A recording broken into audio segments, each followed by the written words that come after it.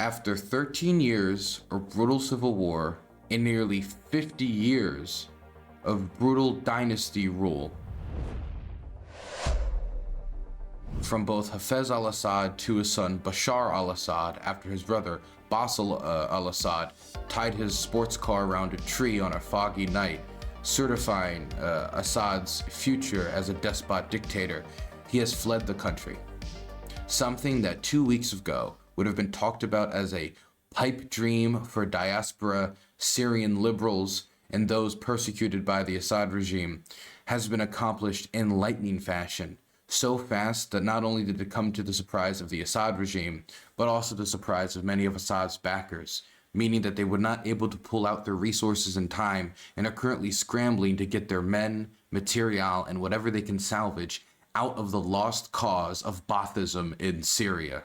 The fact that I am talking about this right now seemed impossible 2 weeks ago, seemed not improbable, seemed impossible 2 weeks ago to the vast majority of the international community, even if there were Syrians who kept hope, and there were people, anti-Assadists, activists, civil rights leaders, jihadists, secular and non-secular militants, journalists, whoever, all who have, monitored or fought against or struggled against the Assad regime for years. Even if they kept the faith, the international community did not. Let me be clear. In the eyes of most of the Middle East governments, if not basically all of them, and most of the world governments, the Syrian civil war, while not over in actuality due to the fact that Idlib was still controlled largely by HTS and other rebel groups, there was new Syrian, there was SNA, Syrian National Army positions near the Turkish border. Of course, the SDF, the Syrian Democratic Forces, controlled across the Euphrates River. And of course, the Assad regime controlled the down south and the coastline of the country from Latakia all the way down to Damascus. For most people, the Syrian civil war, the most brutal aspects of it, the most violent parts of it, or at least the struggle where Assad could fall, had already ended. Maybe it ended when the rebels were pushed out of Aleppo after a 4-year struggle. Maybe it ended after the Southern Revolutionary Forces were suppressed by the Assad regime and rebel activity had really tampered down since 2020, 2021.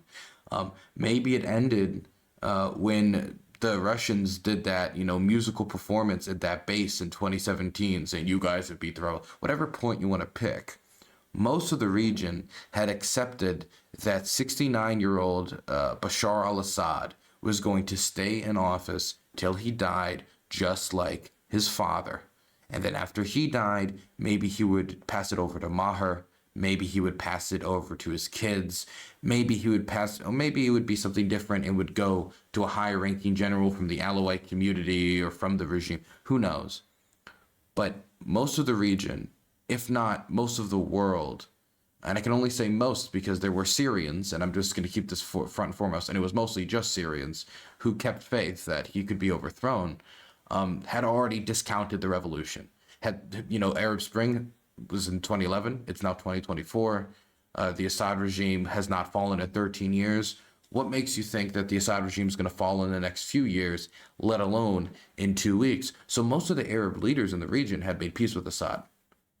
They had accepted this as a new, indisputable reality. Maybe not one that the UAE wanted to accept. Maybe not one that many Arabs in the region wanted to accept, as most people in the Middle East, and I hate to surprise a subsect of online internet Baathists and freaks, most Arabs hate Assad, and they hate Assad because they have seen him slaughter and butcher people like them for about 13 years, even if they were unfamiliar with the repressive tactics of his father in Hama in 1982, done by which he ordered his brother to commence, which killed between 25,000 and 40,000 people to try to suppress the Muslim Brotherhood, whether it had to do with the putting down of the football protests in 2004 by Bashar after toppling of a statue, or they found out about it post-Civil War, and they saw the butchering, they saw the gassing, they saw the barrel bombing, they saw the mass death pits, and I can only call them death pits because of the way they were executed and thrown in one after the other into these giant holes in the ground. Or maybe they found out about his notorious prison system, which was passed down to him by his father and ran for decades. And we're going to talk about that in a moment, because these prisons are being liberated and the horrors being revealed are really hard to comprehend. That you might be able to say them, you might be able to read them, you might be able to get the gist of what's happening. But when you really think about the type of torture people have been put through for decades, it shattered the minds of many of these prisoners. And you can see them as they leave these prisons. Some of them are stating that they cannot remember their names. Some of them, it's impossible for them to comprehend that they're really being let go. And we're going to go through all this in a moment. But to most of the world, even if they hated him in this way, he had obviously not been kicked out in 13 years. So what happened? Why is it that Bashar al-Assad has now fled to Russia when he was saying back in 2014 to Vladimir Putin, I'm not going to flee like Yanukovych. I'm not going to run away. I'm not like your Ukrainian friend, Mr. Putin. I'm different. I'm built different. I'm a brat, or whatever he said. Presuming he said he's a brat. What changed? Well, there's a few things that changed. The first thing is, and let's just get the clear stuff out of the way first. The stuff that's indisputable, that even the Assadists won't dispute. The Russians and the Iranians and Hezbollah, which is, of course, Iranian funded, largely Iranian supplied, were just busy, to put it simply. The Russians were obviously invading the largest country contained solely in continental Europe, fighting the largest war in Europe since World War II that they thought was going to be over in a week, and is now going on 3 years. We're going on the 3-year anniversary of the full-scale invasion in about 2 months. And this has taken so much men, so much material, so much equipment, that the gigantic reserves of Soviet armor that the Russians had post-World War II might run dry come the next year and a half, presuming the war continues and we don't get a peace deal come January or February, just due to how high the burn rates are. We're talking about hundreds and thousands of dead and injured soldiers that the Russians never thought they would have to account for, because they totally thought it was just impossible. And so because of whether poor Russian planning, corruption, bad luck, you could say hubris, because of their judgment that the Ukrainian people would just kind of fall over if they tried to conquer everything, for any number of reasons that you can try to, ascertain for yourselves, the Russians were obviously distracted in Ukraine, and the resources that they were using in Ukraine, artillery shells, glide bombs, aircraft, and tons of manpower, are all things that the Assad regime would need. Sometimes when one country supports, if the United States supports, say, Taiwan, and the United States, say, supports, let's say, an African country fighting off an ISIS offshoot, the weapons each side might need could be different. For example, in Taiwan's place, it might be that they need a bunch of naval drones. But if you're a landlocked African country trying to fight off ISIS or some other terror group, you're probably not going to need naval drones, but you might need artillery shells. And so therefore, you could support both at the same time, even if it gets very intensive. But the resources that they needed were the same resources that were being used in Ukraine. And the manpower that they needed, the more quality manpower they get, the more help that the Syrian regime would get. But also, all of that high-quality manpower is desperately needed in Ukraine, where right now, poorly trained, newly joined people in their 40s and 50s are like a dime a dozen in the Russian army. Men with extensive military experience, not so much. Ukraine got a Tier 2 subscription. Hey Dylan, always appreciated your Ukrainian commentary. Keep it up, big guy. Thank you so much for the Tier 2, Ukrainian Groiper. I don't know if that name's ironic or not, but I'm just gonna assume that it is. I don't think there's a lot of there's not a lot of a lot of overlap between Nick Fuentes fans and Ukraine fans. You're taking Groipers back for Ukraine. Either way, the Russians were distracted. The Iranians, the main way that they supported Bashar last time was through Hezbollah, and Hezbollah just got finished getting shellacked by the Israelis. They lost their main leadership. They lost both not only the political leadership, but also the military leadership. A lot of their weapons storage facilities have been blown up. They've been firing rockets at Israel since October 7th because they decided that they were going to support Hamas's operation against Israel on October 8th, even if that might, in retrospect, not be the smartest decision they ever made. They've lost a lot of membership and they've lost a lot of credibility because of the pager scandal. One of the things that I was convinced by my friend, actually, that might be on later in a bit to talk about Assad, was that the pager scandal, the main thing wasn't the amount of men that they lost, it's the credibility. If you're thinking about joining Hezbollah because you don't got good pay, the Lebanese economy's in a spiral, inflationary crises, and you need work, but Hezbollah got work. If you start seeing that their butts are blowing up because they got these pagers that the Israelis gave them, you might think twice before joining their ranks. So you could also have a recruitment problem. Joe Barnes said, could a Western-friendly Syrian government possibly join NATO? No, it couldn't. It's not gonna. Giuliani's gonna join NATO. That's when you know Giuliani is actually Zelensky playing Mujahideen. That's if that happens, then I'll believe all of the memes, all the jokes that Giuliani, the leader of HTS, is actually just Zelensky playing a character. Okay, and as much as that meme has made me laugh, they do look slightly similar. They do look slightly similar. Look at this. That could be.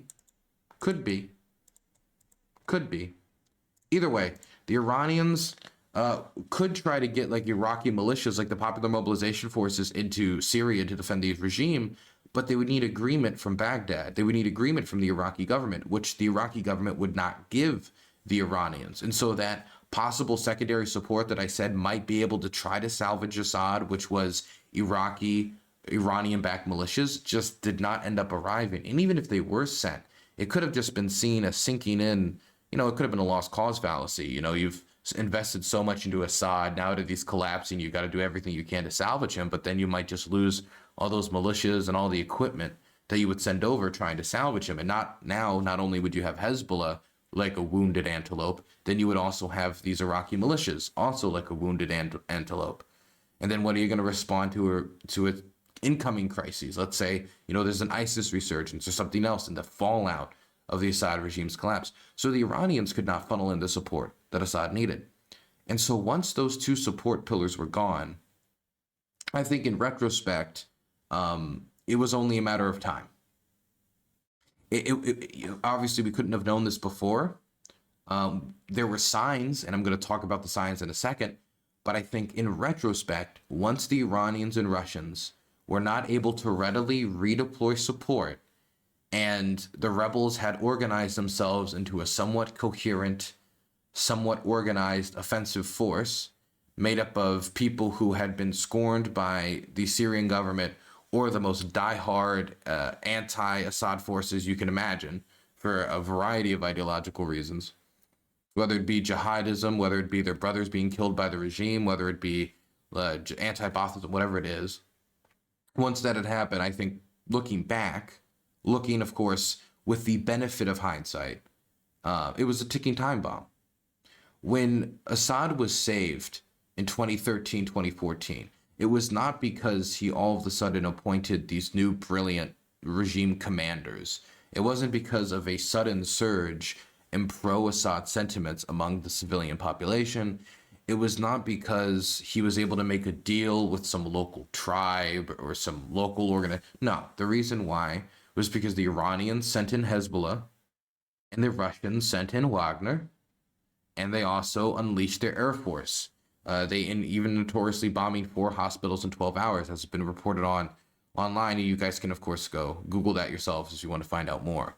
But that bombing campaign is what helped Assad win the battle for Aleppo.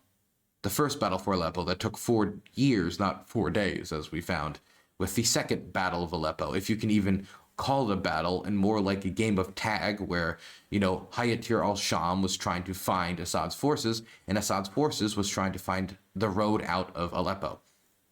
So I think that's the first reason why Assad fell. The second reason Assad fell could be connected to the first, and that is just, how do I put this politely? Assad's regime is not made up of SEAL Team 6 and Delta Force. I think some people don't realize sometimes that just because somebody's in the Syrian armed forces or the Syrian Arab army, it's not out of some like diehard loyalty for the regime. It could be out of survival instinct. You're with Assad because Assad pays. You're with Assad because Assad's forces get to eat. And when you're in a country where millions have been displaced, tons of businesses are destroyed, and the economy is prugged up by Mahar, Assad's brother's underground drug cartel, then you might need to find somewhere to get a meal, and that's where the Syrian Arab army could come into play. And that's just one faction. Of course, there's, Alawites who might believe that in order to protect their community, they have to fight with the Syrian Arab army. But there's also going to be people who are forcefully conscripted. I've talked about multiple times on the show how Wagner originally got its notorious nature with sledgehammers, the execution of its own men with sledgehammers to enforce discipline. That was first seen by Wagner in the Middle East.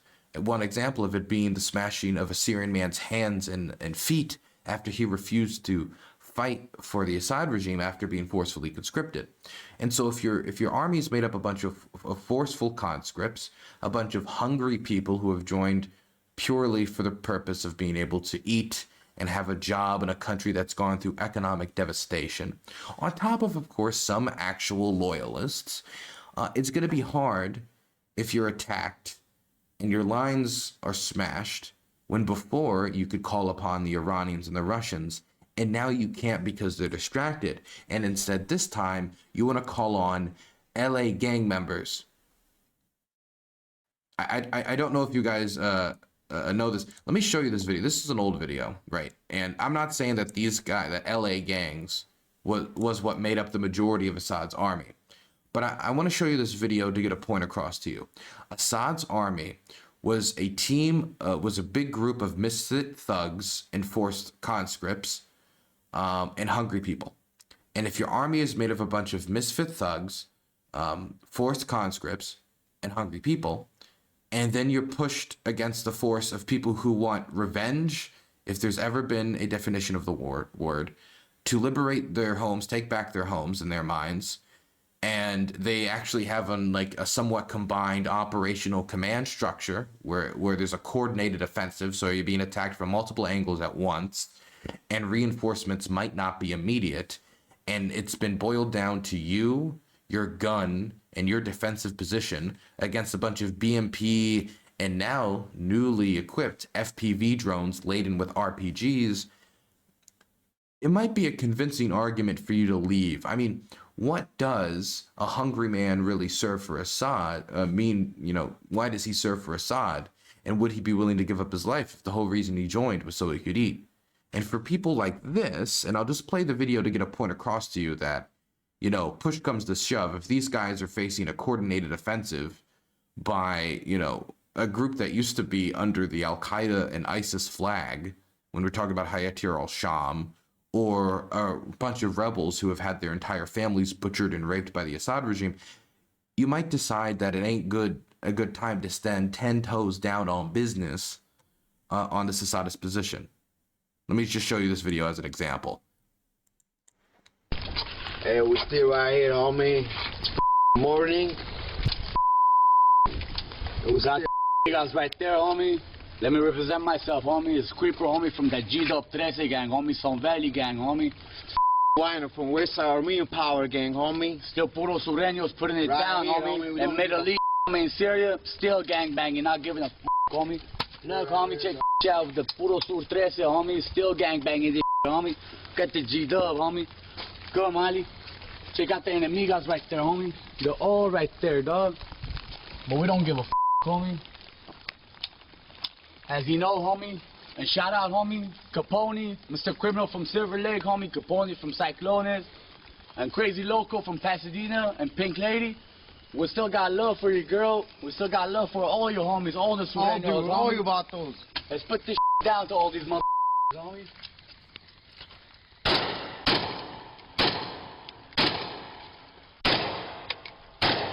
I believe they teach you in Ranger School. That's how you're supposed to fire your gun.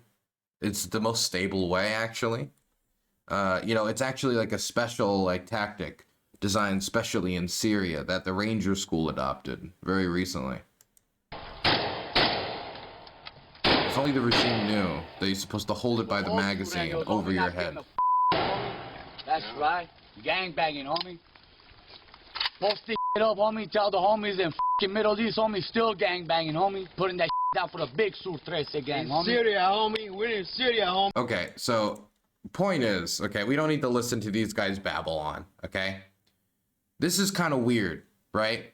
I don't know if most of you guys knew about this. I don't know if most of you guys knew that Assad's regime would basically take anyone.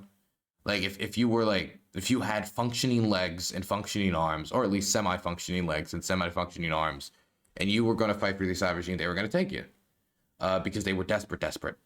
And it was true for these guys too. And it was true for all sorts of people who did not necessarily have the deepest loyalties to the Assad regime. I mean, if these guys are the only two men left in a trench before a 10-man HTS assault on a position, are these guys going to run? And even if they do put up a fight, how much of a fight can these guys even put up?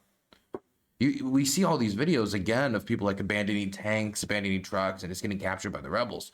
And it's giving me flashbacks to the start of the Russian invasion of Ukraine. But what do you expect? With a disorganized retreat, getting attacked from all sides, and you don't particularly care all that much about defending the Assad regime, yeah, you're going to collapse. And Assad has complained about the loyalty of his troops to his allies before, and I think he had good reason to complain. And so, like, yeah, on one hand, we can say Russia and Iran was not there to support Assad, but also remember, like, Assad's the one with the tanks. Assad's the one with the heavy artillery. Assad still has a air force of some amount. You know, Assad's the one who controls more territory here. If he really had a lot of support in Syria, or at least even a decent level of support in Syria, then he should have been able to put up more of a fight, and his soldiers would have put up more of a fight. But the fact is, ever since like the start of the Syrian revolution back in 2011, the Assad regime has been propped up by foreign governments. And once you remove that support, the regime collapses. And it's not the type of support where it's like, hey, they're fighting such an overwhelming force. No, they're mostly fighting their own people. But like, this isn't like, oh, Iran and all these regional powers are invading Syria, and so they need a big power to assist them with supplies. Like it is Ukraine. If we just stop sending aid to Ukraine tomorrow, the Ukrainians would keep fighting. It's just over time, the situation would get worse and worse and worse on the front line. But there wouldn't be some grand, like, immediate collapse because everybody sees the writing on the wall and there's no loyalty. But here, there's no loyalty. You're not going to get any loyalty from LA gang members. You're not going to get any loyalty from the hungry. And you're not going to get any loyalty from the forced conscripts. And so once the rebels started marching on major capitals all across the country, you know, regional capitals started falling like crazy. We saw the fall of Aleppo, then we saw the fall of Hama. And when Homs fell, it was over. It was where they were making the last stand. But before even Homs fell, there was a giant rebellion in the south which started marching on Damascus. And once that rebellion in the south started, I mean, I thought it was probably over before. We talked about this on the last stream, but I mean, it was definitely over by then. And then the rest was just kind of waiting for the process to take place before Homs fell, and eventually Damascus was marched on. And within 2 weeks, the Assad regime collapsed. Firstly, Russia, that's what you would call a special military operation. That would be something that's at least relatively closer to a 3-day operation. But if you want to know the reasons why, the reasons is A, no foreign support, B, a disloyal military, and 3, the same incompetence and lack of compromise that Assad has always had the problem with. Look, I'm just going to throw this out there. Assad has never been somebody to compromise. He didn't compromise at the start of the Arab Spring. He didn't compromise midway through into the Arab Spring. He did not compromise towards the end of the Arab Spring. It was only when these rebels were marching on Damascus that we started to hear the first rumblings of maybe there would actually be a compromise this time, since he can't pull upon foreign allies. But it was too late. It was too late. So much blood had been spilled. So much damage had been done. There was no way that he could undo that damage at this point. And so the regime collapsed. And the regime is gone, and Assad has fled the country into Russia. And I want to take a few moments just to, again, say, Nobody 2 weeks ago thought that this was going to happen like this. I mean, even the people who thought his regime would eventually collapse. And I've said before, and I'll say again, I did not think that there was going to be progress or compromise or any path forward in Syria until the Assad regime was gone. Nobody thought it would happen this quickly. And let me just say, if the regime was going out the door, minus, of course, the last 13 years of brutality, at this stage, this is the best way it could have happened.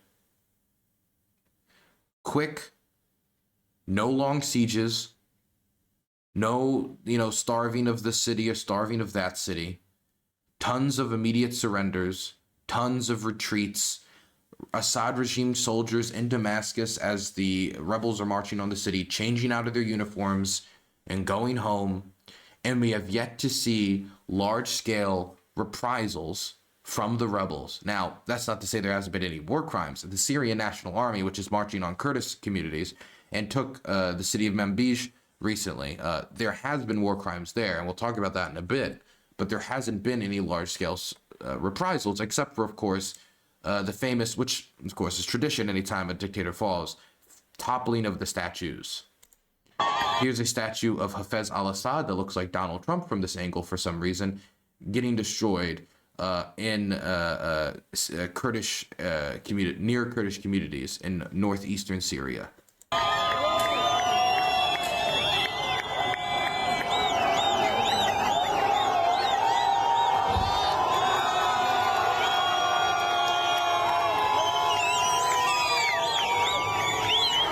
Thought they'd never see the day.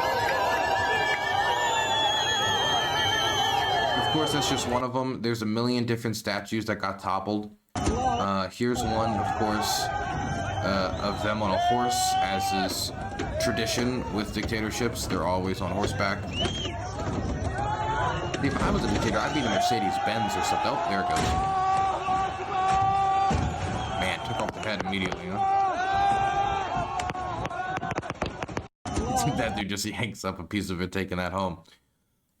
But yes, the Assad regime is dead. And the thing that's honestly surprised me probably the most about the Assad regime's collapse is not the fact that it actually went under. As I talked about, for the same reason, like if you look at those LA gang member videos, or you see how the Syrian economy functions at this point, the fact that with a good enough shove that it could topple isn't the thing that is particularly surprising to me. I just thought it wouldn't ever happen this fast. What's surprising me the most is how quickly most of Syria is just accepting it. And that's not to say that, again, the rebels didn't have the support of the majority of the population. That is very easy to believe. What I'm saying is how quickly the institutions and the representatives of the Assad regime have so quickly turned on a dime. There are so many different either state media broadcasters or propagandists within Syria, or people who used to, well, I mean, put it lightly, serve the Assad regime in more ways than one, who have now come forward and are now posting like the Free Syrian Army flag, or are like accepting the revolution, or are saying like yip, yip, yippee, or some variation of, okay, it's time for reconciliation, et cetera, et cetera, et cetera. Now, I'm sure that a certain percentage of that is out of fear, but it's just the speed at which it is happening, which is so lightning fast. And I'm not going to go through all the examples because I don't think it's important. I do think that the fact that it's all happening very quickly, again, is the best way it could possibly happen, rather than it being like a long, drawn-out process with show trials or whatever. Here is an example of the Syrian football team changing its logo from the old flag to the new flag, which is with the green, black, and 3 red stars with the white stripe in the middle. Now, I do want to just throw out there,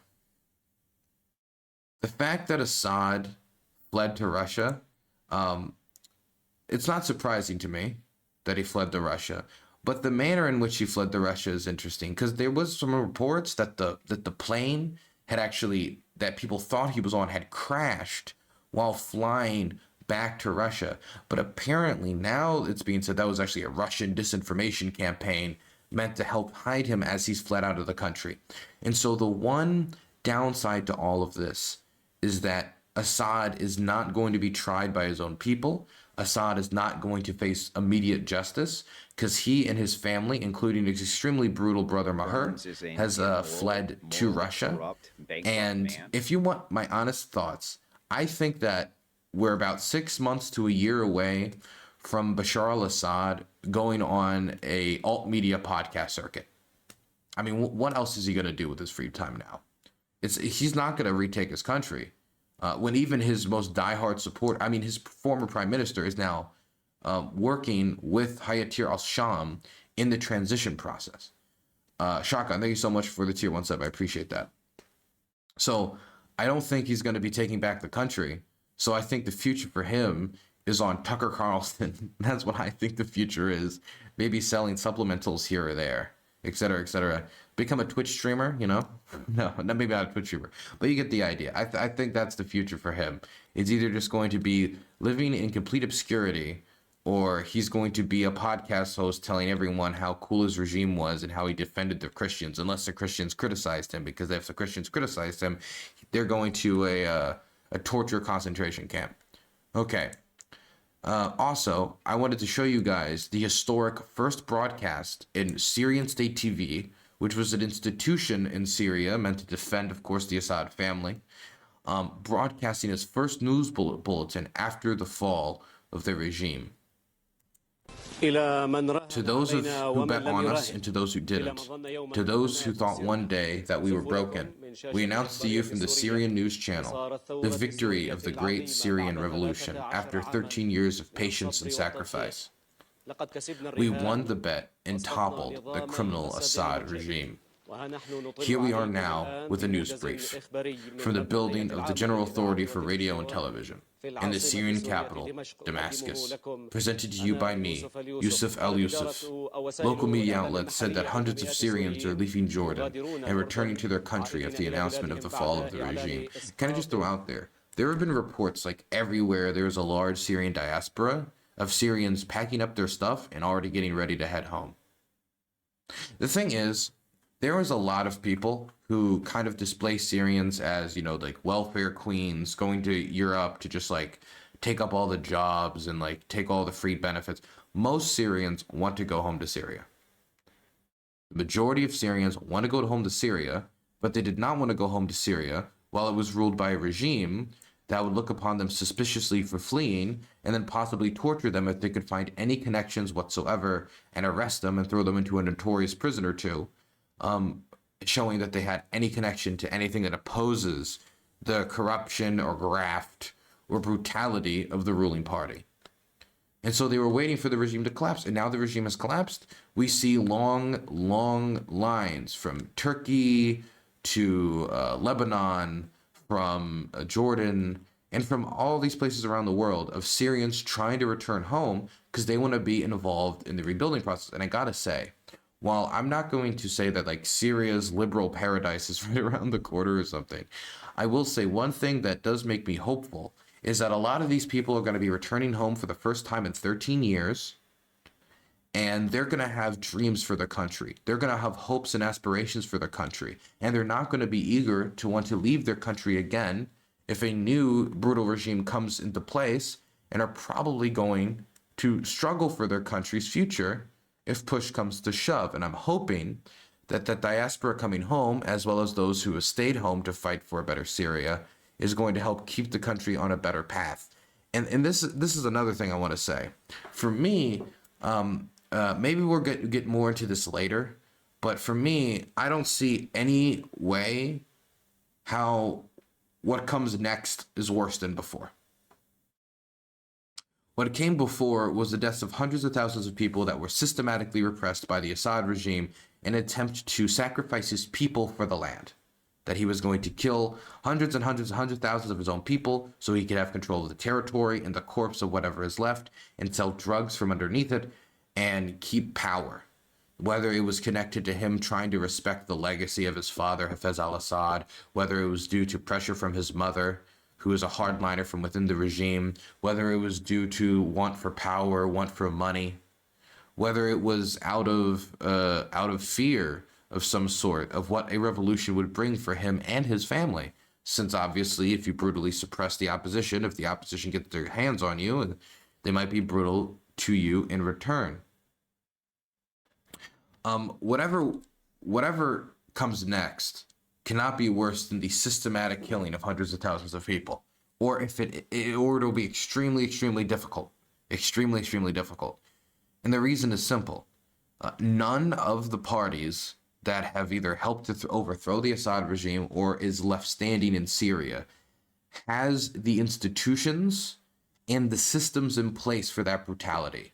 They don't have the prison staff in place. They don't have the they don't have the secret police in place. They don't have the ties and informants everywhere in place, eyes on the ground and everywhere else. They don't have the bureaucratic institutions in place. They simply don't have the systems for the systematic brutality. So even if Assad too was waiting in the rafters for his opportunity to jump down and try to, do damage, I'm not saying they couldn't do any damage. It's just that the amount of systematic damage that can be done would not be the same because they just simply don't have the systems in place.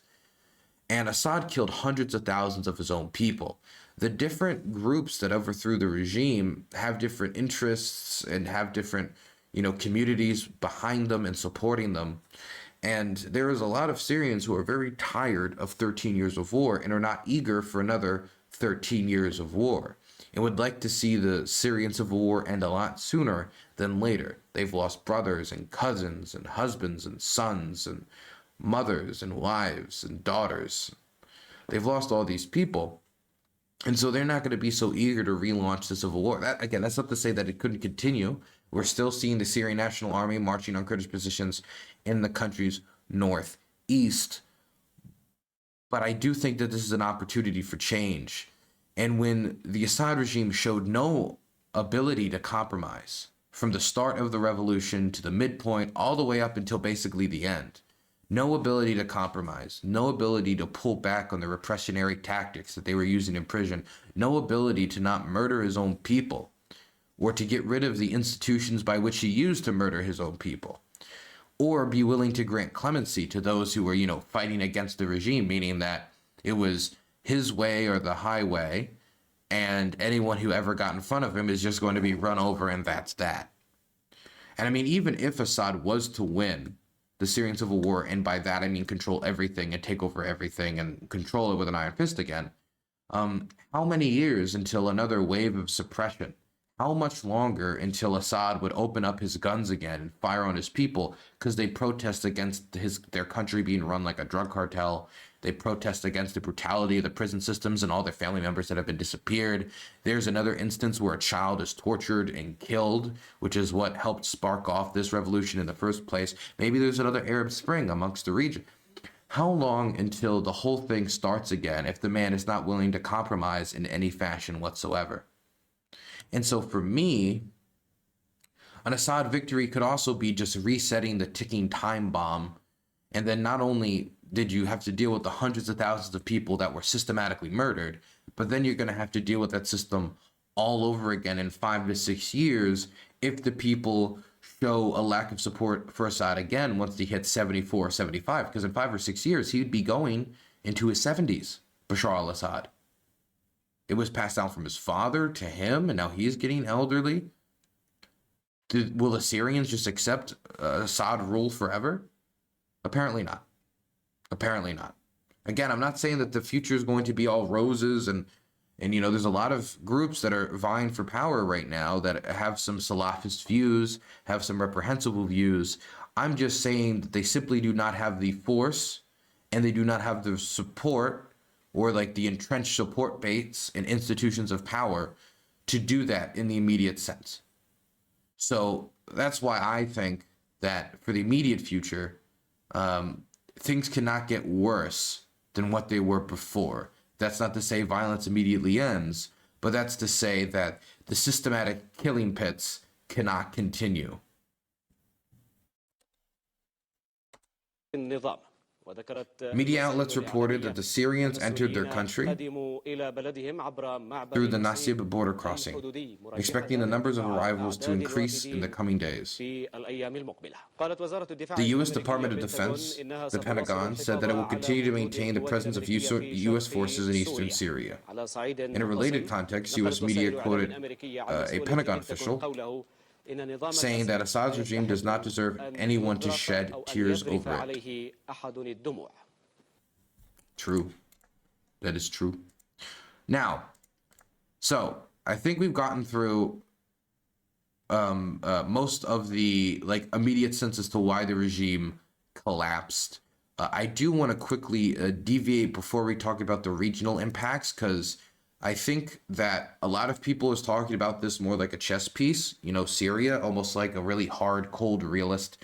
But I want to first talk about the brutality of the regime. And we've already, I've talked about before the torture, I've talked about before the murder, the repression of protests.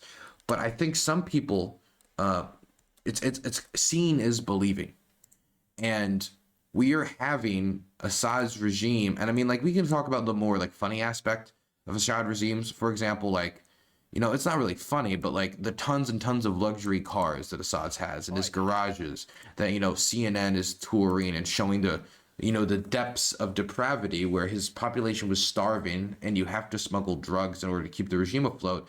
And Assad just has tons and tons of luxury cars, Lamborghinis, Ferraris, and just really high-end vehicles, tons and tons and tons of them just hiding out near his palace.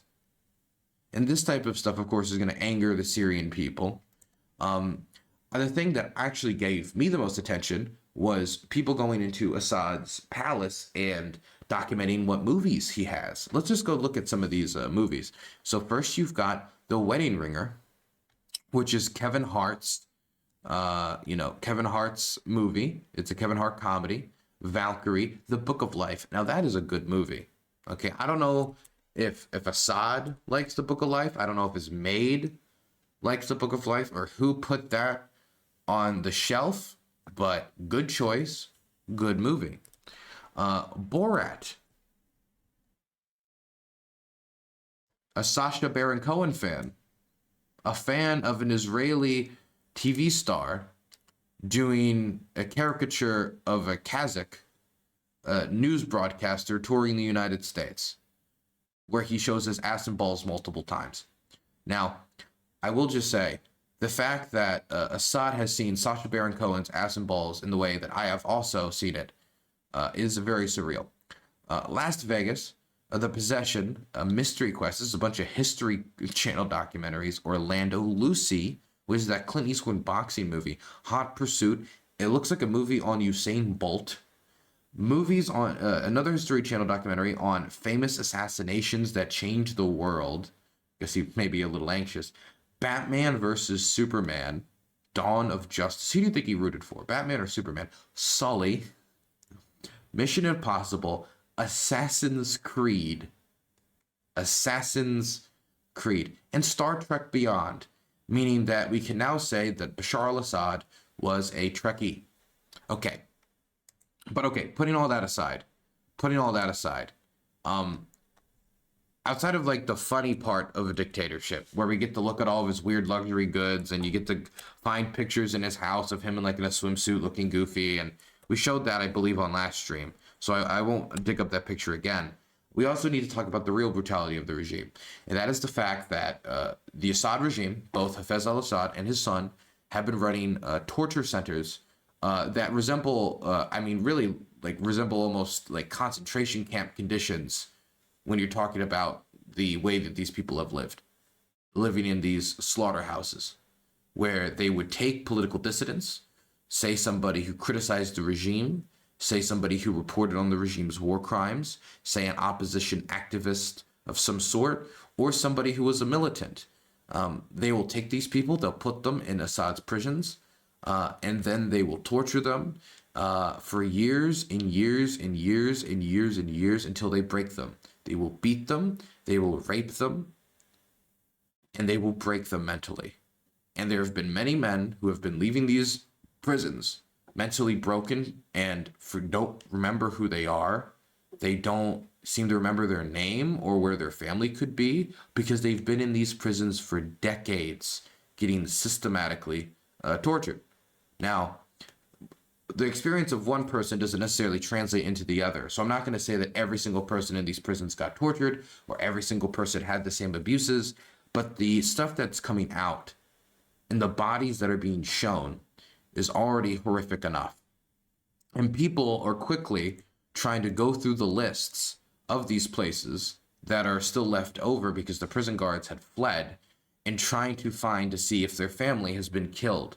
Because many people are finding out, like, oh, I was told 20 years ago that my uncle was dead, and now he just showed up on my front porch because the prisons were liberated, and apparently he wasn't dead. He was just detained in the prison for 20 years and given no hope of escape until now. A lot of people are going to find out some really terrible news about their family, that they were killed and that they were tortured. Others might be able to find out about a miracle.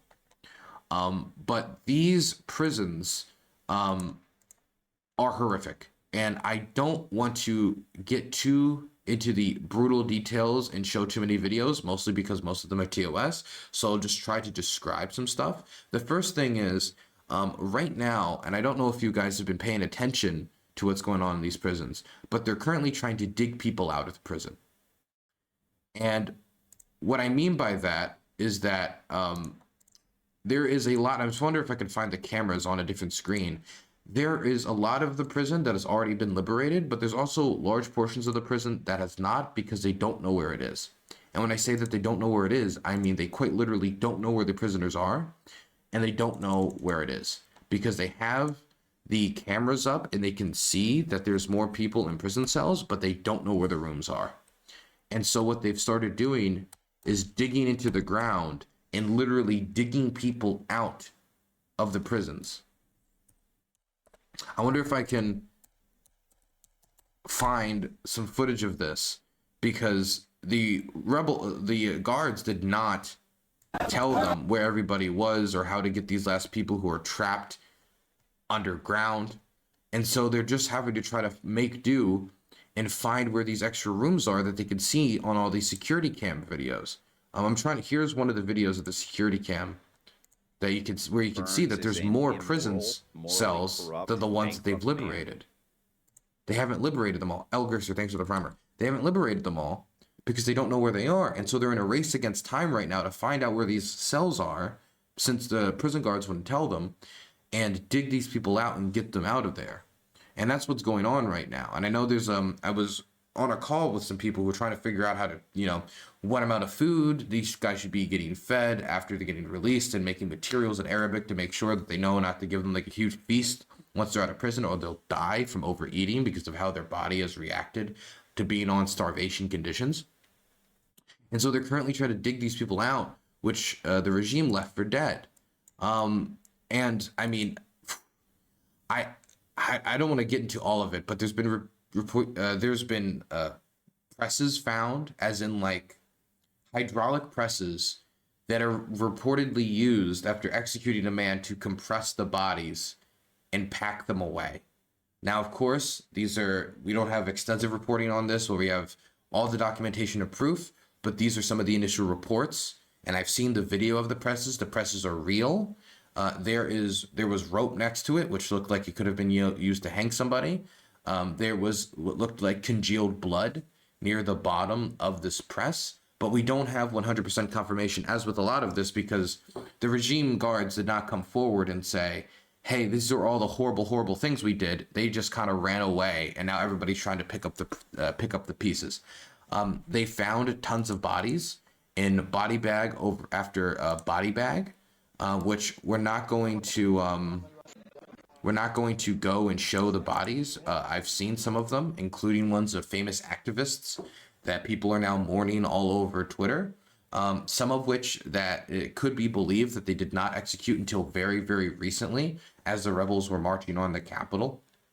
They're all in these body bags near the prison after being executed or left for dead by the Assad regime. There's also been particularly horrific reports, not only of the rape of women, and there was, I know this one video very early on that I saw that kind of scared me, and it had a mattress in the hallway. And the reason why that video scared me is it was one of the initial videos of them getting into the prison and running through the different, prison hallways telling people, we're going to liberate you, we're going to liberate you, which many people were confused by. People were saying stuff like, there's been reports of people saying stuff like, is Hafez al-Assad like dead? Because they don't know if Bashar al-Assad's father is alive or not. And they're asking, like, who are you guys? Who are you liberating us? There was one report, which I don't know if it's true, that they might have thought that Saddam Hussein was liberating them. But the point is, these are people that you can broadly say who have been cut off from the outside world, tortured for years to the point where they might not even remember how long they've been there. And so when you see those mattresses in the hallway, the first thing I think is they're being used for rape. And now we're getting reports of that as well, is that guards would have their pick of the women. Of course, these are immediate reports. It might get worse. The reports might change. But a lot of women were also freed from the prison. And there was some reports, and I'm not going to show any pictures of the kids. There has been some reports that children were also in the prison. And there's this one video of a child seemingly walking out of the prison that has gone super viral. And it reminds me, and it reminded a lot of people of an old interview of somebody talking about the conditions of these prisons, saying that there were children in these prisons who were born from women that were raped in the prison and had lived their entire lives in the prison. So these are children that had never felt sun on their skin and had never known the word freedom because they have never seen freedom. Because they've been living in the prison. Now, this is based off of course, some old interviews from before the Assad regime collapsed, of people talking about what the condition was like in the prison, some immediate footage showing children walking out of the prison, as well as some reports on the ground. Now, we don't have it hasn't been like PBS has sat down with these children, interviewed them, like check this footage, check that footage. We're talking about right now is initial reports that are extremely, extremely horrific. So I'm not saying that I know for sure that this is the case, but these are some of the things that are coming out from these initial reports. And the rape is very easy to believe, considering the record of Assad's army and considering how long this prison has been cut off from the outside world, probably making the prison guards thinks that they had, basically run of the mill to treat them however they wanted. But the children's story still needs to get further verified, but I cannot understand why there was a child in that prison. I cannot figure out why there were children in that prison when the doors were open, if it was not what those old stories said and what people are reporting now. I'm hoping it's not true. And I'm just going to say at this point that I don't know for sure, in part because we don't have 100% confirmation, but also in part because I don't want it to be true. Because the idea of a child knowing nothing but, a prison cell is pretty horrific. It's like people are adding me in chat and saying I have to look at their messages. People at me, and then what they'll do is they'll reply to their own at until I see their message. Dylan, I know you're against the death penalty, but do you think someone like Assad and Putin deserve to die? Okay, to be clear, I'm against the death penalty for a lot of reasons. One of it is because it's really hard to have 100% guaranteed this person is guilty, and so a lot of innocent people end up being executed. For a lot of crimes, I don't really think it has a deterrent crime effect necessarily. If you already have extremely high sentences or a life prison sentence, I have yet to be shown that changing it from life in prison to death, it really negatively has a depressant effect on crime, basically brings crime down. And so if you're executing innocent people and it doesn't have that much of a depressant effect on crime, and it's also quite expensive, all the paperwork and appeals process you have to go through, not to mention there's been all these cases of all these countries trying to stop selling us execution equipment and chemicals. And so we try to make chemical cocktails, and we're trying to do everything we can to just do backflips to get their execution. There's a bunch of reasons why I oppose it. Whether these people deserve to die is different than the question of an institutionalized death penalty. I believe that Assad should be at the very least put on trial, and then the Syrian people decide what happens to him. Which, I think you all know what the Syrian people would decide. But I think having that public conversation that opens the transparency, the usefulness of putting Assad on trial to a society that is trying to heal from the horrors of his regime would be better served than a quick video of him getting the Gaddafi treatment, if you want my serious answer. Not to say that he wouldn't make a fantastic Christmas tree ornament, just to say that I'm thinking of the best way that that Assad could be used moving forward. Now, he's in Russia. I don't think we're going to get that question in the near future anyway, but that's my serious answer. Now, of course, if the Syrian people got their way, he'd probably be, hung up like a Christmas ornament anyway, from a lamppost or whatever. But that's my serious answer. Okay. Also, I want to say, since there has been a lack of reprisal violence, which we've talked about before, it is good. Here is an example of a video. Now, this could be probably taken in large part for propaganda purposes, but this is a video of Bashar al-Assad's soldiers in the Syrian Arab army being yelled at by one of the rebels, and he's talking about them. He's talking to them angrily for the first half of the video. He's saying, "You butchered our sons, you butchered our fathers, and we want revenge," and yada yada yada yada yada, right? And so, the soldiers might be shaking a bit after they surrendered, but then after it, he says something along the lines of basically like, "Go in peace. You butchered our sons, you killed our families, you bombed our cities for hundreds of thousands of years. Go home." And then they walk away. والله العظيم اللي صار منه لدماء شهدائنا لدماء اطفالنا اللي خسفتوهم واللي قتلتوهم واللي ارتكبتوا فيهم المجازر. الله يا رب انتقم. وين تخدموا؟ فرقة عبد درعا. الله جل جلاله اهلك بشار وعصاباته وشبيحته وعز الاسلام قتل اطفالنا وقتل نسائنا بالبراميل المتفجره وجاب الروس وجاب الايرانيه وجاب حزب الشيطان والله جل جلاله نصرنا عليهم. بطح انت وياه معه. هذا دين محمد بن عبد الله. اسمع دين محمد بن عبد الله. جيبوا انت وياه.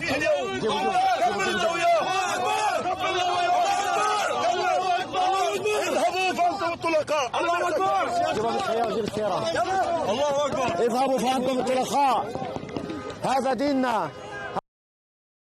Now, I doubt that everyone's going to be giving clemency. I assume if they find one of the Sadaya prison cards, that's the big prison where they're finding a lot of these atrocities from, they're probably not going to give them clemency. Not that they should, but for the average Syrian Arab army soldier, I mean, what other option do you have, right? The Assad regime had its government so institutionalized for so long that a wave of reprisal killings or executions or this would only perpetuate the violence. And I think after 13 years of brutal civil war, there's a good reason for most Syrians to want that violence to be over. And that type of stuff will have a wave effect. If you start killing a few people here, a few people there, without the proper, again, due processes that the newly institutionalized Hayat al-Sham's Julani, I mean, he must have read Why Nations Fail or something, because he's talking about the strength of institutions, not built around a single leader. This is how... If you're really serious about that, you put the people who are the real monsters in the Syrian Arab Army on trial, and you would, generally speaking, grant clemency to the ones who cannot be proven to have committed war crimes and stuff of that ilk, that disgusting type of behavior, because you don't want to have the downwave effects. If you're an Alawite and you start seeing that, you start thinking about, okay, who else who has some relationship with the regime is going to be treated that way. And the Alawite community got a tier 4 subscription. The rebels rolled Assad like Eddie rolled Judge Doom. Thank you for the tier 4. What other cartoon references can we make? Assad is like the Ice King, and Julani is like Finn the Human. Okay, we're not. Thank you for the tier 4 sub. I appreciate this. But if you're an Alawite and you're seeing reprisal killings, even if it wasn't meant for you as an Alawite and it was meant for somebody because they serve the Assad regime, that might not be the message that's received, and then communities might go up to arms to fight in a panic because they're scared of the reprisal killings of somebody who, a community that was part of a minority government ruling over the majority of the population. And so I think a lack of reprisal killings is so far, at least for the ones not controlled by the Syrian National Army, because there have been reprisal killings in the Syrian National Army and executions of POWs, even though there's been a few of Arab Army too, that stuff is very concerning. Now, where do we move from here? Because we still have so much more to talk about. There's still so much more news here. I think where we move from here is to geopolitical implications, right? Because we've talked about like the future of Syria. I'm hoping that this opportunity, all these people coming home to be able to maybe have some impact on the future of their country, all these people who were part of the diaspora, all these different groups are able to sit down and transition. And I know that they've started appointing a transitionary government, and Hayatir al-Sham has already talked about its leader Jolani about abolishing the organization, having a future government in Syria that is institutionalized, even if he wants it to be Islamist in nature. There's a talk about a transition forward, and so that's probably going to be looking forward to. Whether it's going to be a government that Syrians vote for, if it's one that there's like a Islamist and banned Chloe Gifford Live, unban him, whatever. Just actually, you know what? If he wants to ban, if he wants to be unbanned, here's the thing, because he's like in chat winking like a pig for some reason. I don't know if that's his fetish or whatever. I don't know. Pig play. He can come in like you can always join the Discord and chat to me directly, because he didn't seem too happy with me. Joe Clifford Live. Clifford, the big red dog, very red, Marxist in fact. Okay, where were we before I got distracted by like chatters? Oh yeah, so you want I should direct him? Yeah, just direct him to Discord, because he said he wanted me to know that I'm a pee boy, because he's, I don't know if it's his fetish or whatever. But if he wants to, he can always just come and chat and talk about it. What were we talking about? Oh yes, we're hoping to see like a transitionary government that will take into considerations the wants and needs of the Syrian people. We're hoping that the diaspora has an impact on it, and it's not just going to be the armed jihadi groups. We're gonna have to wait and see. And this is a period of a lot of hope, and I'm hoping that hope can be capitalized on and grabbed upon, and it doesn't become an immediately just downstream sectarian conflict that just spirals out of control as different sects try to dominate the country. Syria as a nation, and before Syria was defined as Syria is today, existed with many different groups living together.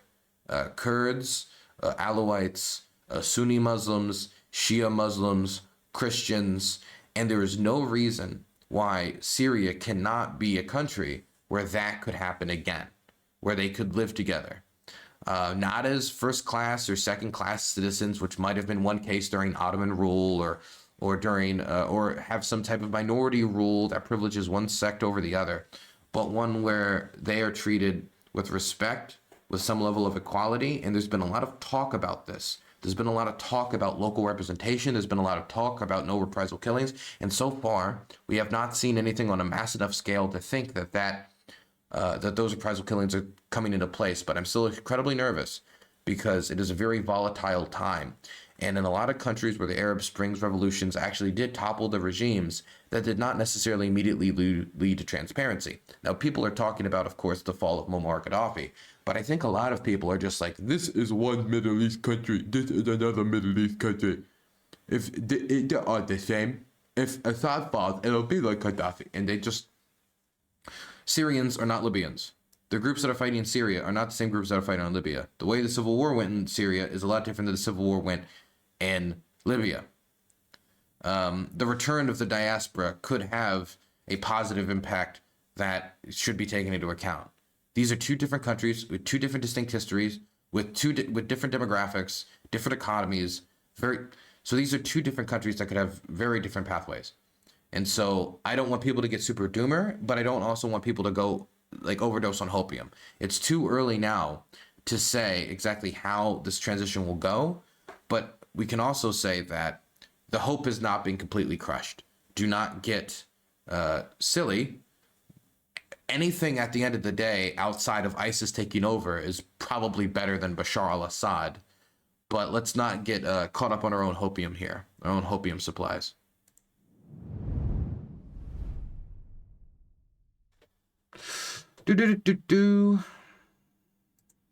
A curd is a curd. Hey, $20. Another American 91 has donated $20.